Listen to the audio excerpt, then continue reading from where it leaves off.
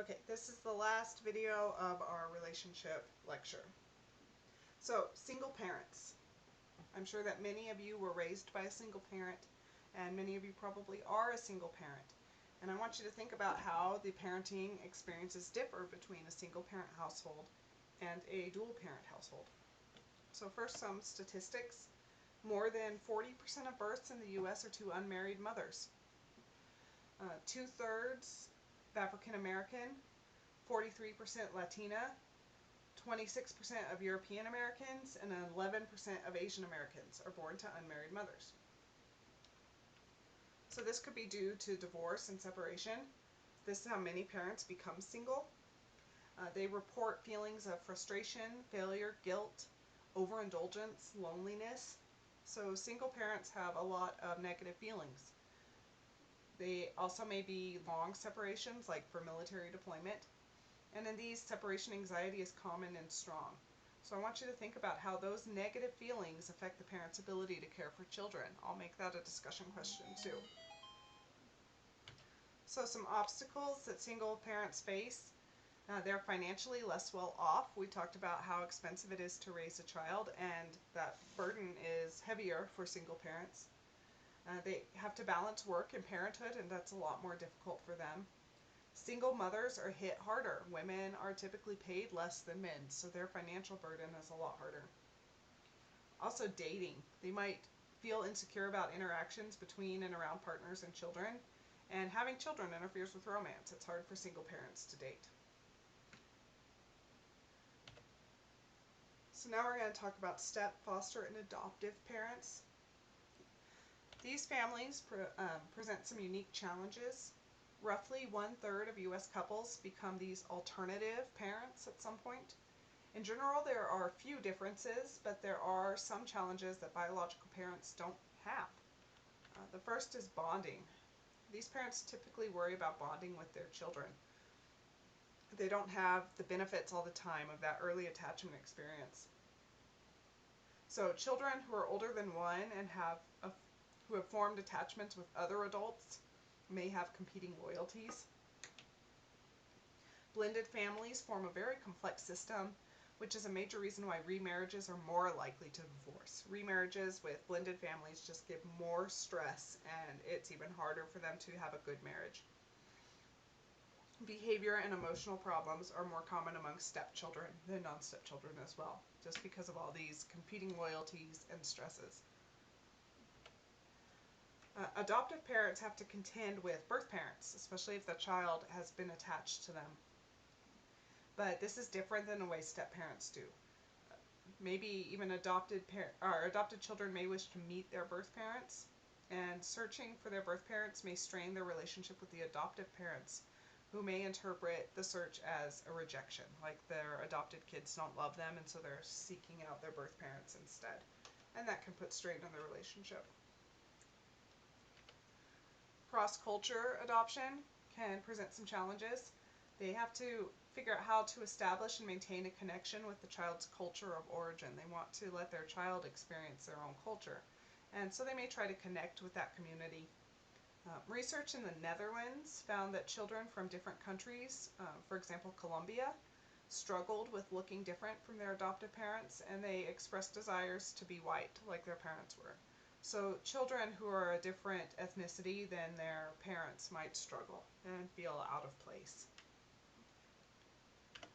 Foster children. These parents have the most tenuous relationship with the children. This bond can be broken for many reasons, regardless of the quality of care. So no matter how well that parent takes care of their foster children, that bond can still be broken. They may not have the child long enough to establish an attachment. Some children in foster care haven't been able to form attachments any time in their life, and that can lead to a lot of difficulties. We talked about the problems when children don't have a secure attachment growing up. And so it can just be really hard for the children, and it can really be hard for the parents to form a bond with their foster children. And even if they do form a bond and the child has to leave and go to another foster home or back to their birth parents, it can cause a lot of strain. Okay? The foster system is a really rough place for children and for the foster parents in it. So divorce and remarriage. So who gets divorced and why? The U.S. has one of the highest divorce rates in the world. On average, the chance of divorce is 50-50. So every marriage has like a 50% chance of ending in divorce.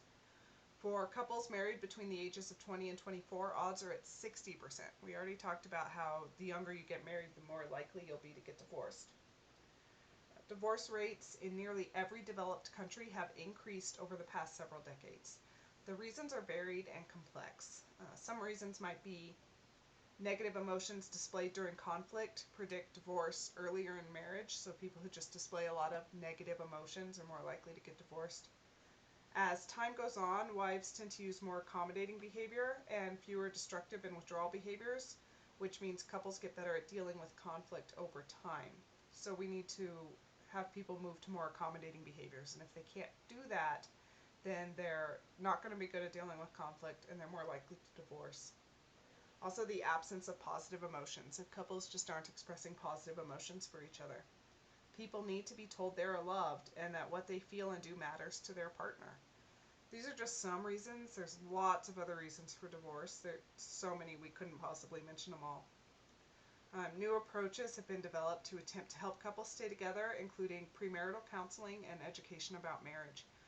We talked about how it's important for people to have realistic expectations. So maybe if people have an idea of what marriage is going to be like before they enter it, then they're more likely to be able to deal with the conflict and stay together. So some effects of divorce. Changes in attitudes about divorce. It's become more accepted in our culture. Have lessened the trauma somewhat. So if you live in a culture that's more accepting of divorce and you get a divorce, you're less traumatized by it. But both partners do report feeling deeply disappointed, misunderstood, and rejected. Unlike the death of the spouse, divorce means that the ex-spouse is still around to serve as a reminder of the unpleasant aspects of the relationship. And people, after they get divorced, they may suffer negative health consequences. And there's something called a divorce hangover. This is just the inability to let go, to develop new friendships, and inability to reorient themselves as single people and or parents. It's just unable to adjust to the change after getting a divorce. People with high amounts of hostility toward their ex have poorer well-being than people who have feelings of friendship toward the ex. So it's better for couples to stay friends. Much easier said than done, I know. Divorce in middle or later life has unique characteristics. It's different than divorce in early adulthood. If a woman initiates the divorce, she usually reports self-growth and optimism. She feels good about it. But if she did not initiate the divorce, if the husband did, she might feel vulnerable and tends to ruminate about it, think about it way too much. Both cases have changes in social networks, and women who are divorced are at a disadvantage for remarriage, which can be especially hard for women who found their identity in being a wife and a mother. And obviously we have financial problems. We've talked about this a lot, especially for women. So women, after they've gotten divorced, are typically much worse off financially than men are. And this may be worse for middle-aged women who spent years as homemakers, so have few job skills, and it's really hard for them to re-enter the job force because they've been staying at home, taking care of the house and raising babies. They don't have much on their resume. So the effect of the divorce on the relationships with children. When young children are involved, divorce becomes much more complicated. In most countries, mothers get the custody, but they often don't get the financial resources they need to support the children. Divorced fathers have a hard time staying active in their children's lives, though many would like to do so. It just becomes harder for them to do it. When the divorced mothers remarry, their visits from the father usually decline. So after that, fathers get to spend even less time with their kids. So there's an idea called a collaborative divorce, and it attempts to address some of these issues. So according to your book, this is a voluntary, contractually based alternative dispute resolution process for couples who want to negotiate a resolution of their situation rather than have a ruling imposed on them by a court or an arbitrator. What this essentially means is that the couple is interested in resolving their problems themselves. They don't want a judge to decide what happens. They want to figure it out themselves, and they want it to be mostly friendly. The results from this approach are positive. There's less conflict, there's greater father involvement with the children, and it leads to much better outcomes for the children. Young adults whose parents divorce feel emotion, vulnerability, and stress, especially if they're in the transition between high school and college. So young adults have a hard time when their parents divorce. Children of divorced parents tend to have poorer relationships with their parents, and divorce can result in young adults having negative views of intimacy and marriage, which might make it less likely for them to have a happy marriage when they get older. Remarriage. Typically, men and women wait about 3.5 years after divorce to remarry. Remarriage rates have decreased due to increased cohabitation. People are just more likely to live together rather than get married again. Remarriage has fewer guidelines on how to deal with stepchildren and extended family. It's really hard for families to figure out what they're supposed to be doing. And this lack of clear role definitions may be part of what leads to the increased rates of divorce in remarried couples. Women are more likely to initiate divorce, but they're less likely to remarry unless they are poor. Poor women are more likely to remarry. Because of increase of financial resources, women tend to benefit from remarriage more than men, especially if they have children. Again, women tend to make less than men, so they benefit more from getting married again and having that extra financial support. There is no evidence that those who remarry sooner rather than later have less success in marriage, so the amount of time you wait doesn't seem to matter.